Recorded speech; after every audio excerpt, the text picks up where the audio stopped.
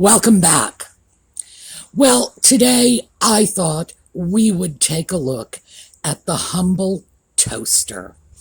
Oh yes, everybody has a toaster and everybody eats toast. I was really surprised by how popular toast is, not just in the US, but in the UK, in Australia, in New Zealand, in essence, in the English-speaking world.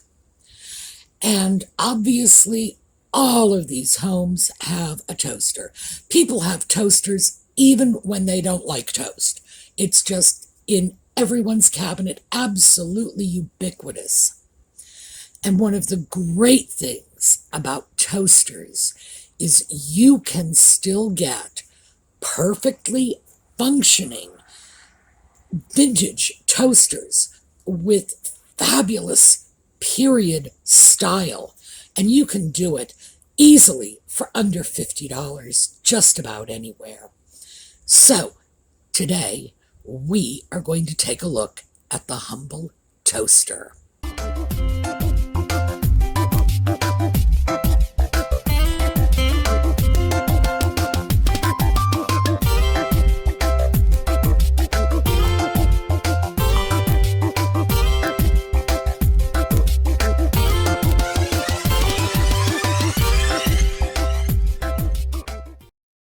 Well, the first toaster, the first electric toaster, I should say, was developed in 1893.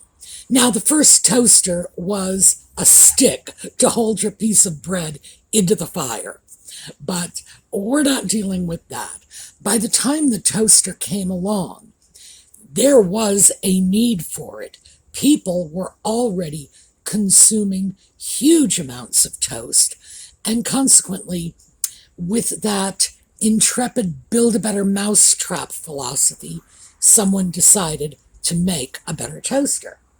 And this is very much what the first toasters would have looked like. And I say would have because most of them were prototypes.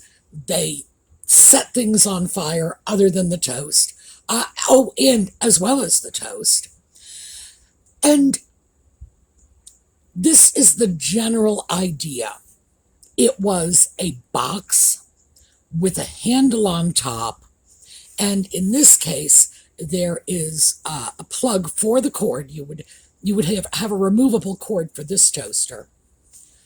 And if you will notice, there is a little panel in front of your toaster, and you would pull that down, lay the bread on the panel, pop it back up, and toast your bread one side at a time, because that was how they did it. So toast was a more involved process, but it was also a more stylish process. Now, let's take a look at another one. And here is another of these early toasters. You can see that pull-down tray a little more clearly on this toaster. And again, notice it has a handle. Wow. I have no idea. I mean, people must have gone on vacation and said, gee, I want to take my toaster with me, but it's so precious to me. I don't want to pack it in my luggage. I'm going to carry it as if it were a handbag. I have no explanation for that handle, but you see a lot of them in the very early toasters. Now, this is one of the earliest designs that were commercially successful. As you can see, and I'm going to show you several of these so you can see the various parts. What I want you to see in this one is, number one, note the decoration of that porcelain base. Two, note the location of the toast. In this case, the toast was just slipped into that little cradle, and there's a toast rack on top, so that as those heating elements are making you new toast, they're keeping your former toast warm. Here's another shot of the same kind of item. Remember, first commercially successful toaster. By the way, that was in the 1920s. That's when toasters actually became a thing that was showing up in homes. And notice here, you can see these little wires coiled around well, what are they? I'm not sure what they are coiled around. They're coiled around something. That's your heating element. So the heat was in the central portion of the toaster. You slip your bread in, and so the portion of your bread that was facing the elements got toasted. You pull it out, toast the other side, and as you could see, you could toast 2 slices of bread at one time. Here is another one, and in this one you get a better look at these heating elements. Very interesting. It was relatively simple, but it was a very effective use of heat. Here is another one with a toast rack up on the top, and notice the cord. The end of the cord doesn't terminate in a plug. It terminates in a light bulb screw. So you could screw this toaster presumably into a floor lamp if you wanted to. Now, looking at that cord, I would say you'd have to have a death wish to want to try to plug that thing in. But please rest assured, you really can get toasters that are working, and with new cords, they are, well, as safe as anything with an unprotected heating element can be. Now we're getting into style. I don't care how well your modern toaster works. Nothing is going to be as stylish as this beautiful Art Deco Sweetheart toaster. This is just lovely. You can still buy these. You can get them in relatively good condition. I haven't priced these out, but, well, recently anyway. The last time I priced them out was probably 5 or 6 years ago. They were in the range of $100, give or take, depending on condition. And I gotta tell you, I would pay $100 for that without hesitation. Here is a toaster from the same period, and this one even has its little box, Starlight. That's a beautiful toaster in fantastic condition. And notice the 2 knobs on the top. Those 2 knobs operated the little pull-down doors that you would lay the toast on to flip it up so it would come in contact with the heating elements in the middle of the toaster. Here is another one, and I think this one makes that a little more obvious. That's one of the reasons I included this, that and the fact that, gee, these are gorgeous. You can see that in this case, you have an entire little enclosure for your bread, this wonderful little fretwork box, so that when you pulled that panel down, your bread went in and it couldn't slide anywhere. That must have been a major improvement. In the meantime, of course, all this fabulous decoration just came with for the price of the toaster. Here is another one, a little simpler, but again, notice the designs. These designs are just amazing. These toasters were just so pretty. And here's another one. This works a little differently. Our little bread carrier pulls out to the side. And this is very clever, by the way. You pull that carrier out, you pop your bread in, you slide it back, and if you push the handle to the left, one side of the bread is toasted. You want to toast the other side? You don't even need to touch the hot bread. You simply pull that carrier out, and it will rotate. You push it to the right, and the other side of the bread gets toasted. Now, this is a toast tower. The thing with a toast tower, as you can see, the elements are all hidden in the metal. This is good. This is actually a halfway decent safety measure. I'm not sure it's actually going to prevent you from getting burns on your fingers, but it's probably going to prevent you from lighting the drapes on fire. What we have here is a 4-slicer.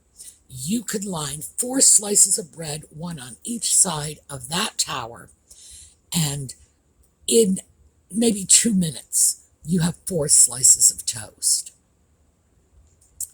This one is interesting. This is very similar to the earlier toasters we saw. Notice the elements. And the elements are not very well protected. In other words, all you have to do is stick your finger in there and you can get a very bad burn. But what I wanted you to notice about this is 2 things. One, there's a toast rack on top.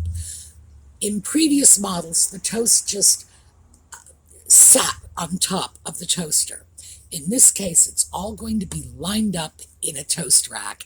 How nice. And also, look at the cord. Wow. That is definitely an old cord. However, those cords, by the way, were very, very standard. So the same outlet on the appliance could be accommodated by a variety of cords, or you could have one cord that operated all of the appliances in your house. And a number of years ago, I managed to pick up a box of those, new old store stock. And you'll often see that abbreviated NOS, new old stock, or NOSS, new old store stock. So my wonderful little cords are in pristine condition, but they can operate these old toasters, the waffle irons, the clothes irons, anything that will accommodate that plug. And I'm trying to remember what I paid for them. I think it worked out to $3 per cord, one of the best investments I've ever made, because you can't find those anymore, and nothing says authenticity like one of those original old fabric covered cords. Now, I realize that the home inspectors and the fire department are not going to like that I said that, but they really are beautiful. Now, this is a great innovation in toasters. This is the pop-up toaster.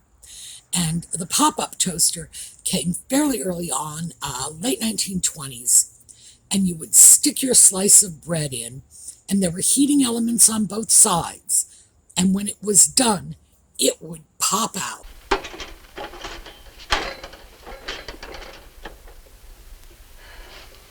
There's something wrong with this toaster. You better get it fixed. Well, I did. I fixed it myself. Oh. You fixed it. So, just so we can get the pop-up toaster jokes out of the way, we're going right back to our earlier models. And by the way, these were contemporaneous. You could have a pop-up toaster sitting on a store shelf right next to a model that looked like this. People chose according to their own preferences. They were, to a large extent, still cooking toast. It was still something of a domestic skill. Once again, this is one of those with the pull-down panels. You lay the toast on, you're going to have to turn it around, but still, I would gladly do that just for the style alone. And notice it has a nice tray on top, and that tray will hold your toast and keep it warm. But notice the wonderful decorative engraving on top. This is another, along the same lines. We're getting a little more into Art Deco styling here. We haven't really gone into Art Deco toasters yet. Still just getting there.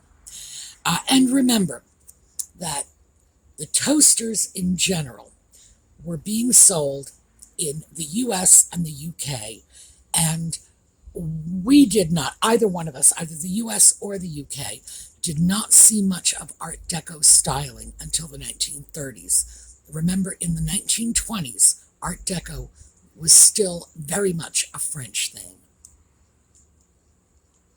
Now here we go. Now we're getting a little deco. This is a wonderful toaster. The condition is beautiful. It has that nice tray on top. And notice we have perforations to allow the heat to escape up and keep that toast warm. This is just, stylistically, this is a lovely piece. And this is exactly the sort of piece I was talking about when I said, you can go online and get a piece like this for under $50. It's really not that hard. And here is another one. This one has a nice style. The reason I threw this one in is this is a toaster that I actually saw on sale. On sale, it was an eBay auction. And I believe it went for $22. So you can easily get them. And this is an old piece. Once again, we have those pull-down trays. We're getting more into the Art Deco styling. Beautiful chrome pieces. This wonderful pierced work. Now, this one is from the same era. However, please notice that this one's more of a throwback. You can poke your fingers right in there and touch those heating elements. So I would have to say this is not a particularly safe piece. And one would have thought that by the late 1920s, they would have been phased out of the market. They were not. These older and simpler models were going to be available because they were available very inexpensively. So this sort of, well, I guess this would have been the bargain basement toaster of 1929. Now here is another one of our very early pop-up toasters. Oh, and by the way, the numbers on the bottom, 1988, etc., that is not a year. That is actually the museum call letters, because this is a piece in a museum. And yes, there are museums of toasters. I don't know where they are, but boy, I'm going to find one and go visit. At this point, the styling is nicely entrenched in the Art Deco mold. One slice, notice, but also notice in this picture, you can see all of the knobs and dials on the toaster. You can see that lever that you use to drop the bread, and of course it comes up automatically because there's a thermostat in there, believe it or not. That little tiny black knob chooses the darkness of your toast. You can have light toast, you can have darker toast, which of course is based on the amount of time that your bread spends in the toaster. And when it's done, it's just going to pop right up. And that's a beautiful piece. Here, this is another one. This is great. This is a 4-slice toaster. The original pop-up toasters were 1 slice only. And this one, this is starting to look like an interocitor. This is really getting to look sort of science fiction-y. I do love that piece. Again, very early. We're talking early to mid 1930s on this piece. And this, just for the fun of it, just so you can see how absolutely ubiquitous those toasters were. This is a teeny tiny dollhouse toaster. And those little toast doors actually open and close. And this whole thing is maybe the size of a penny. So, yeah, they were everywhere. And within just a few short years, they had become so entrenched in the popular mind that we were making them for dollhouses. Now, let's take a look at some really nice ones. This is just beautiful. We have a Chinese blue willow pattern in porcelain.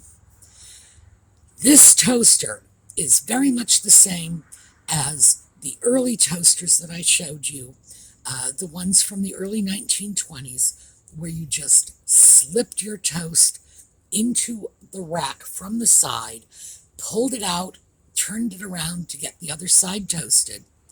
Nothing between your fingers and that heating element, so not a safe design.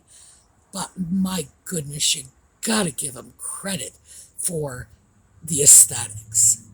Here's another one, and of course there is a piece of toast in here, so you can see how it worked. This one is very simple, but still, we have a gorgeous little porcelain toaster. And here we have a patented design. Now, the reason I wanted to include this is so you can actually see how these work.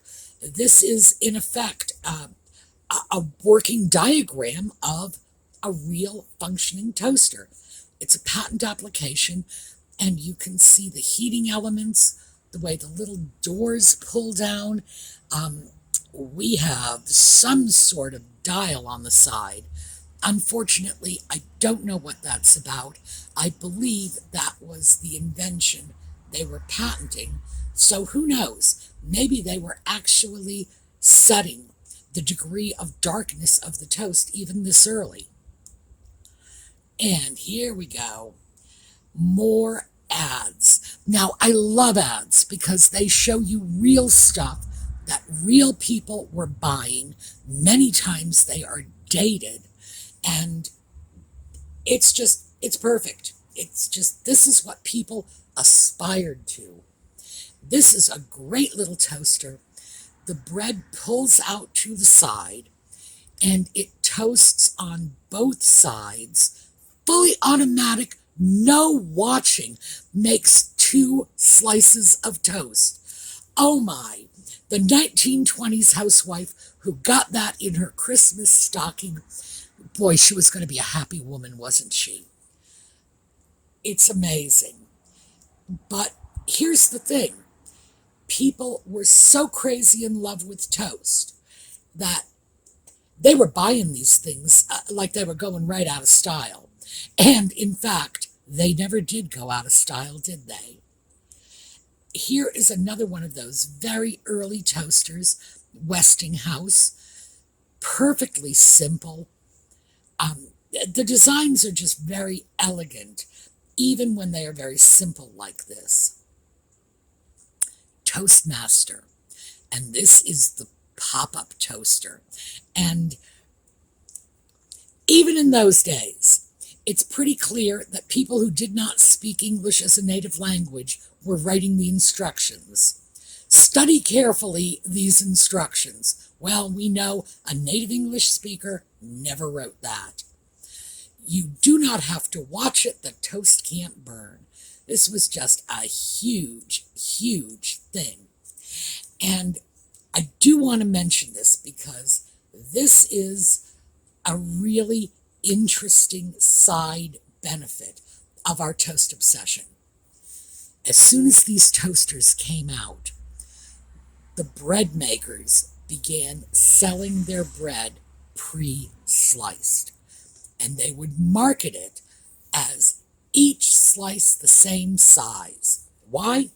Because of the toaster. You needed a slice of bread perfectly sized for these toasters, and each slice needed to be the same size if you wanted all of your toast to toast evenly. So, in comes sliced bread. So yeah, I guess we could say that these toasters were the best thing since sliced bread. Quite literally. All right, that is what I have for you today. Tomorrow, we are going to pick up with Art Deco toasters, and we're going to take a look at the accompanying stuff that went with them, namely toast racks. So, I will see you then. Have a terrific day.